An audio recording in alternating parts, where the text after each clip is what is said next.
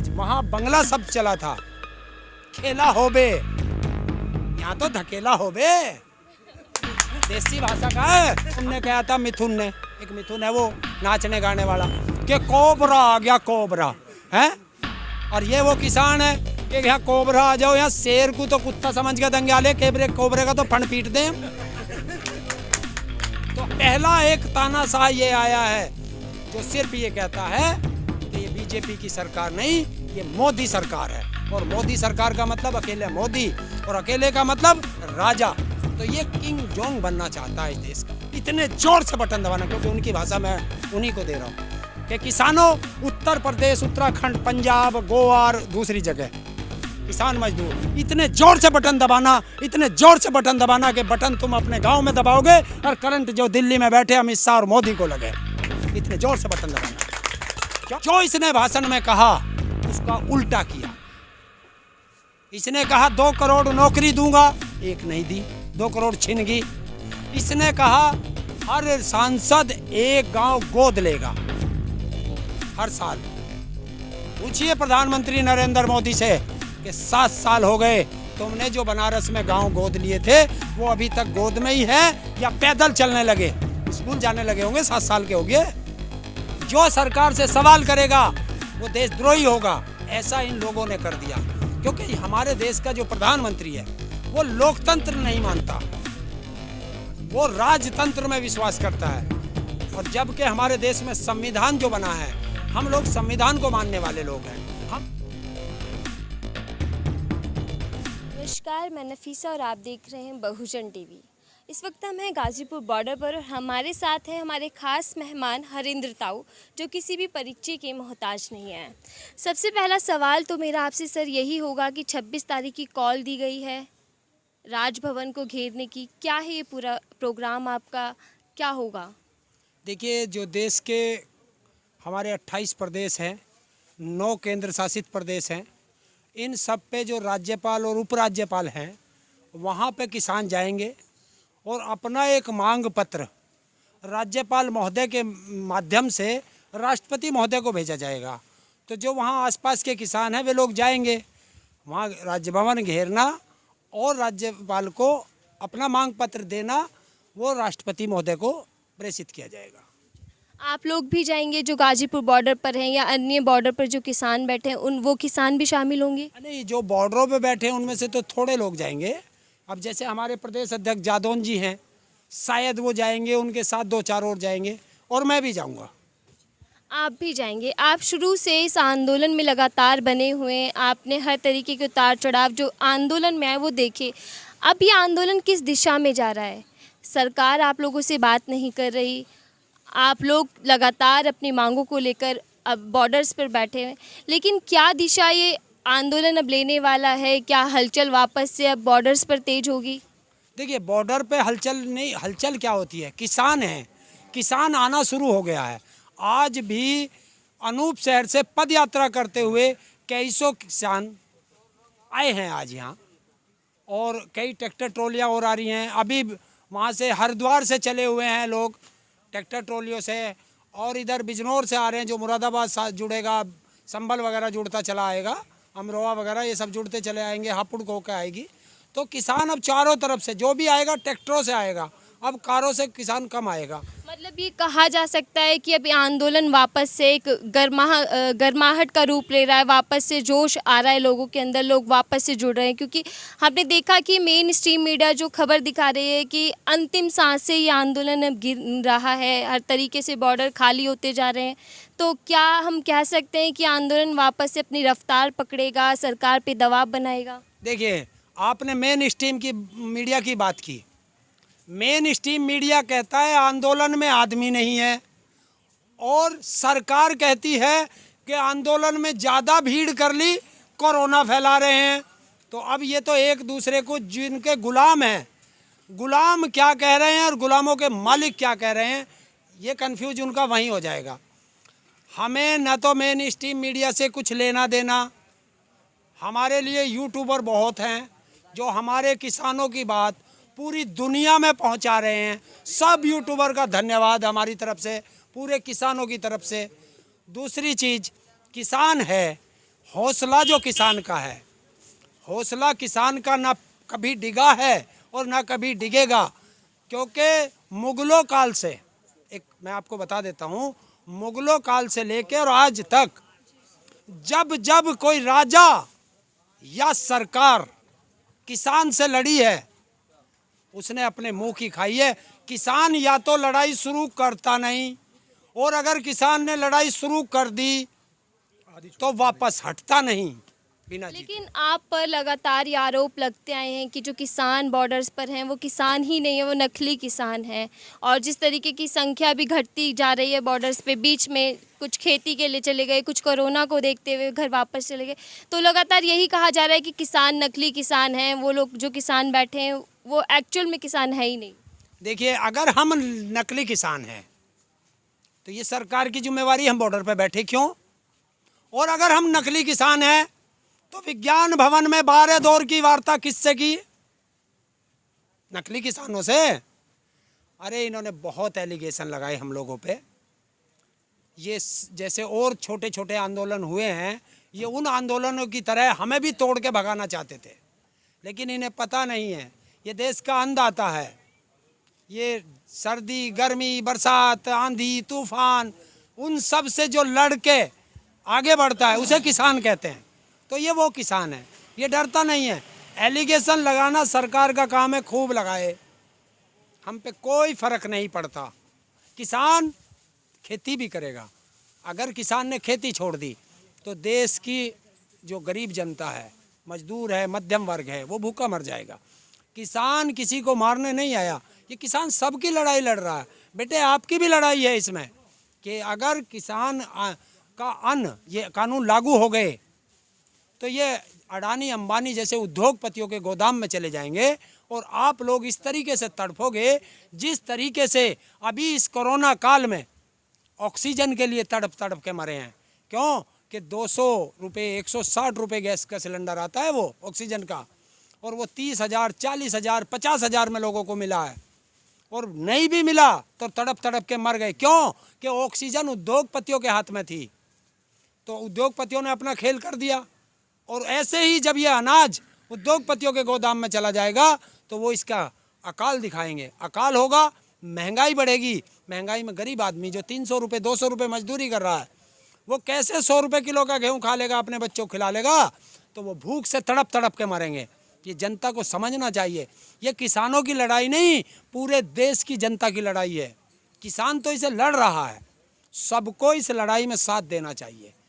26 जून को हमारा ज्ञापन जाएगा, खेती बचाओ देश बचाओ का ये नारा है, क्योंकि 26 जून को 1974 या 75 की बात है, शायद 75 में इमरजेंसी लगी थी। वो यही दिन आ रहा है 26, ये संयोग की बात है, और वो घोषित इमरजेंसी थी, और आज अघोषित इमरजेंसी है देश के अंदर कि कोई बोलेगा उसे जेल में भेजो, आतंकवादी कहो, देशद्रोही कहो, और जेल में डाल दो। जो सरकार से सवाल करेगा वो देशद्रोही होगा। ऐसा इन लोगों ने कर दिया, क्योंकि हमारे देश का जो प्रधानमंत्री है वो लोकतंत्र नहीं मानता, वो राजतंत्र में विश्वास करता है।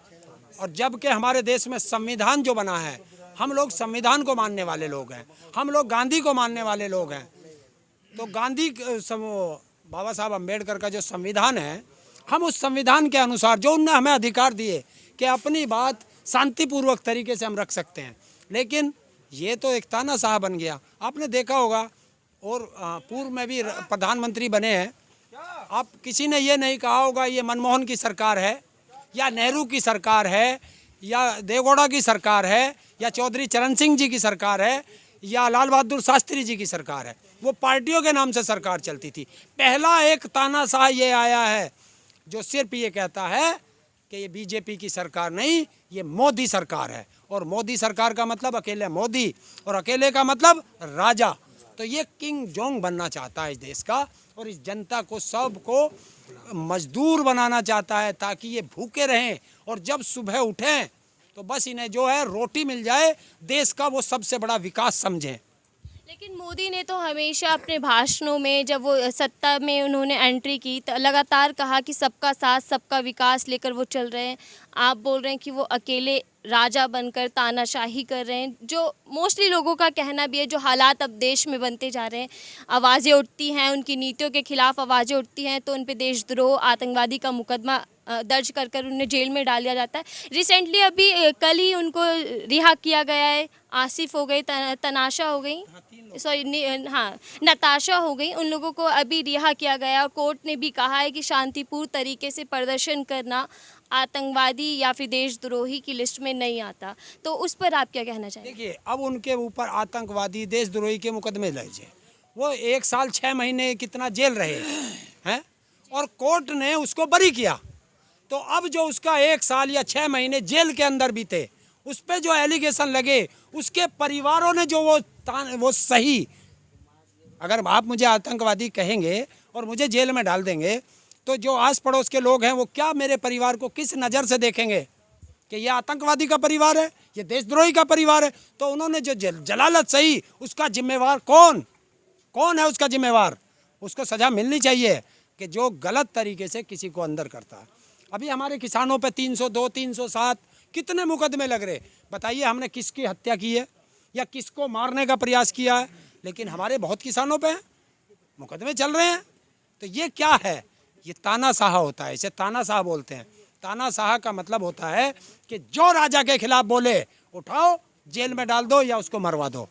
ये काम यहाँ हो रहा है। तो इसीलिए तो मैं कहता हूँ कि हम प्रजातंत्र के आदमी हैं और हम लड़ेंगे, जीतेंगे। अभी देखो, बंगाल में जो चुनाव हुआ था, हमारे किसान गए वहाँ, किसानों को समझाया, किसानों ने समझी वो बात। तो ये अब जब देश में और जगह चुनाव होंगे, हमारे सारे किसान नेता जाएंगे, बताएंगे, क्योंकि हमने 5 साल के लिए चुने हैं ये, और 5 साल में राजा नहीं बनता। 5 साल के लिए प्रजातंत्र में एक चुनाव नुमाइंदा होता है, प्रधानमंत्री चुनते हैं हम, सांसद चुनते हैं, विधायक चुनते हैं, हम राजा नहीं चुनते।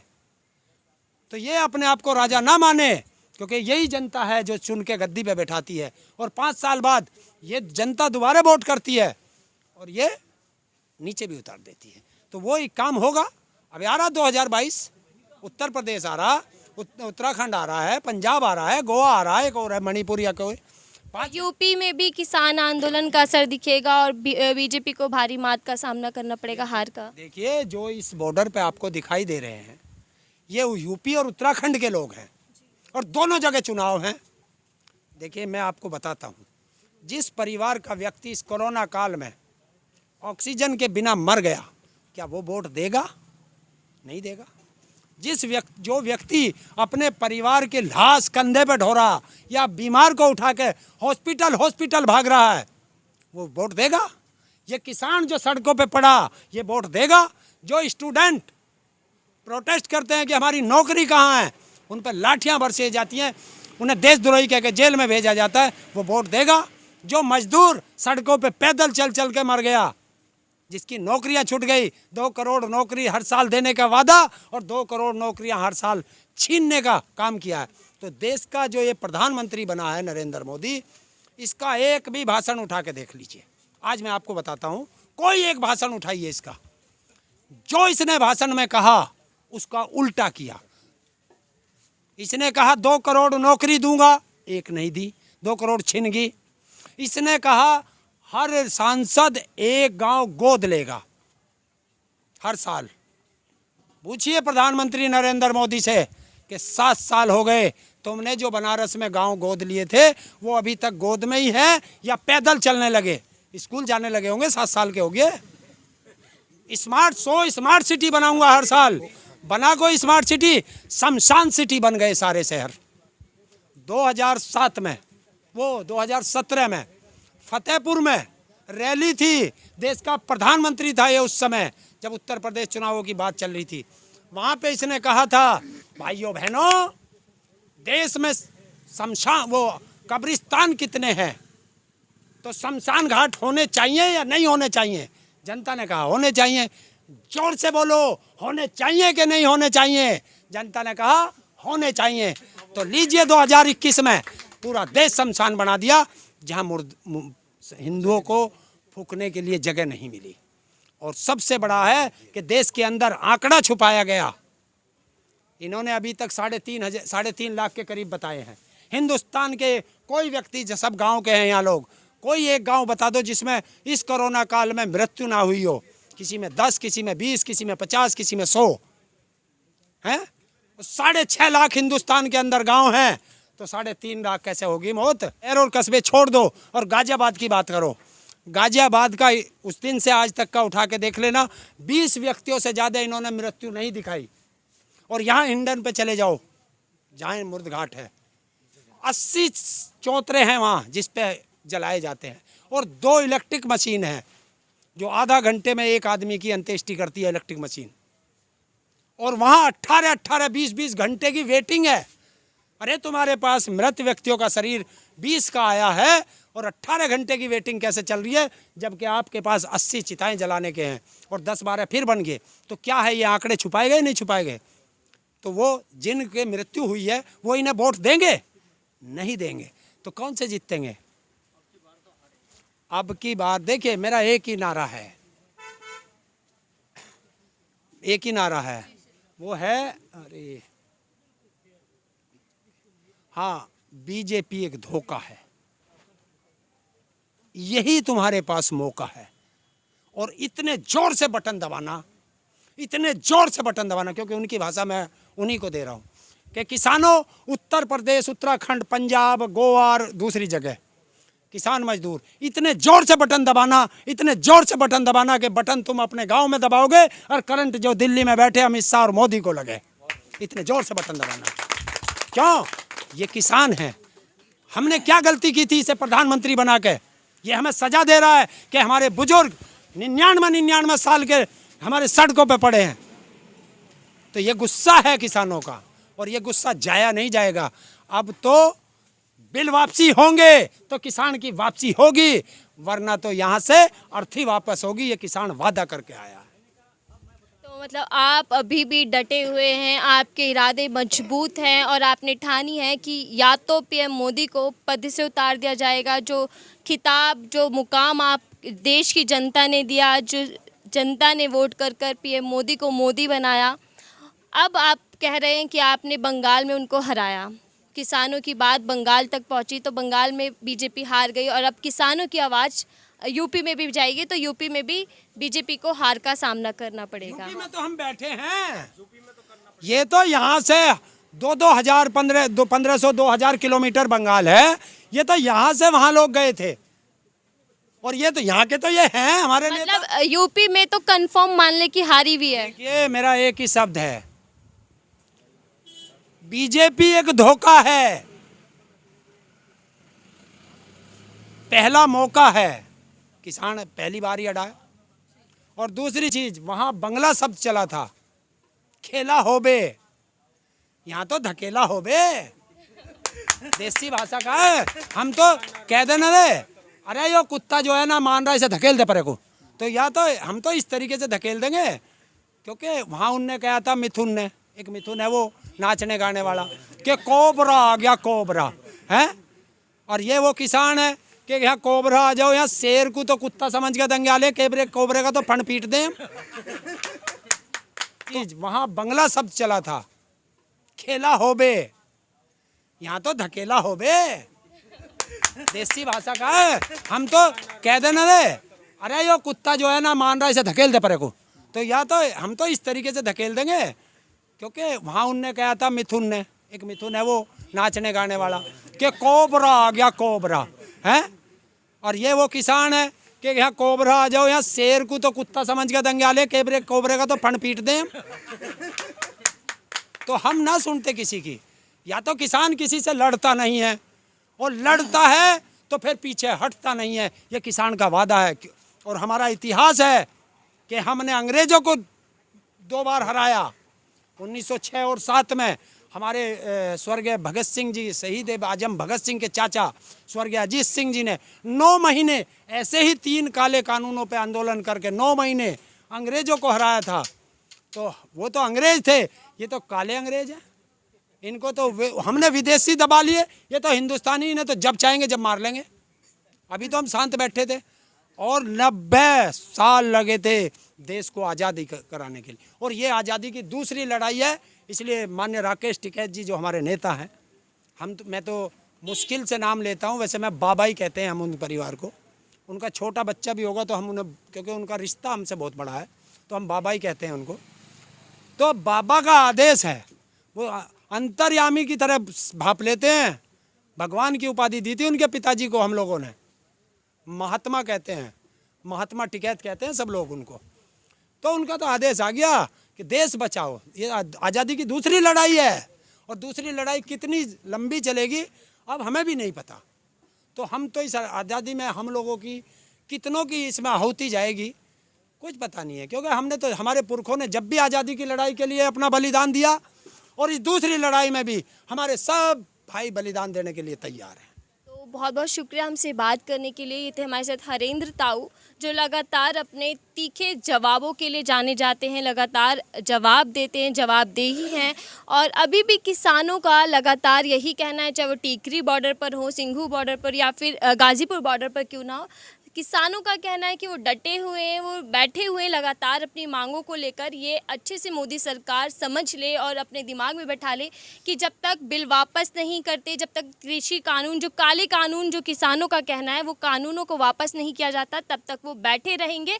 ये आज़ादी की दूसरी लड़ाई है। उन्होंने एक नया नारा दिया है 26 जून के लिए, जो तारीख आने वाली है उसको लेकर, कि ये आज़ादी की लड़ाई है। ये तानाशाही सरकार के खिलाफ आवाज़ बुलंद कर रहे हैं। जो आवाज़ें दबाई जा रही हैं, जिन आवाज़ों को आवाज़ें उठती हैं, उन पे मुकदमे दर्ज करा दिए जाते हैं।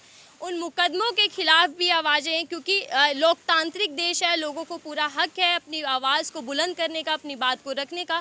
जैसा अभी रिसेंटली अदालत ने भी कहा है कि शांतिपूर्ण तरीके से प्रदर्शन करना देश की जनता का हक है, अधिकार है। उसी अधिकार को आगे बढ़ाते हुए किसान आंदोलन अब तेज़ी से बढ़ेगा। वापस से किसान, वापस से बॉर्डर्स पर संख्या बढ़ती जा रही है। किसान नेता, किसान एक तरीके से अब वापस से एक्टिव होते जा रहे हैं।